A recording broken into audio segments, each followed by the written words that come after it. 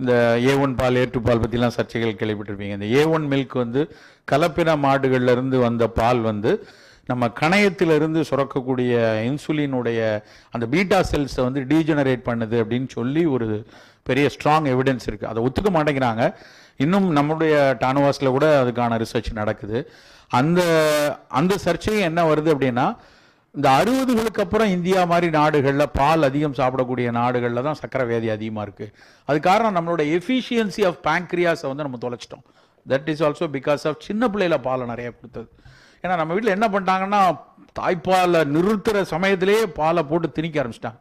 காலையில் ஒரு டம்ளர் பால், சாயந்தரம் ஒரு டம்ளர் பால், அதில் இந்த பால் அதில் சேர்க்குற புரதங்கள், இப்போ ஹார்லிக்ஸு, பூஸ்ட்டு, காம்ப்ளான் அத்தனையிலையும் பால் புரதம் தான். Milk protein, Sai protein, whey protein இதோட சேர்த்து தான் வந்து மற்ற விட்டமின்லாம் போடுறது தான் ஹார்லிக்ஸ், பூஸ்ட் எல்லாம். ஸோ ஒரு லோடட் ஆஃப் மில்க் புரோட்டீனை கொடுத்தது தான்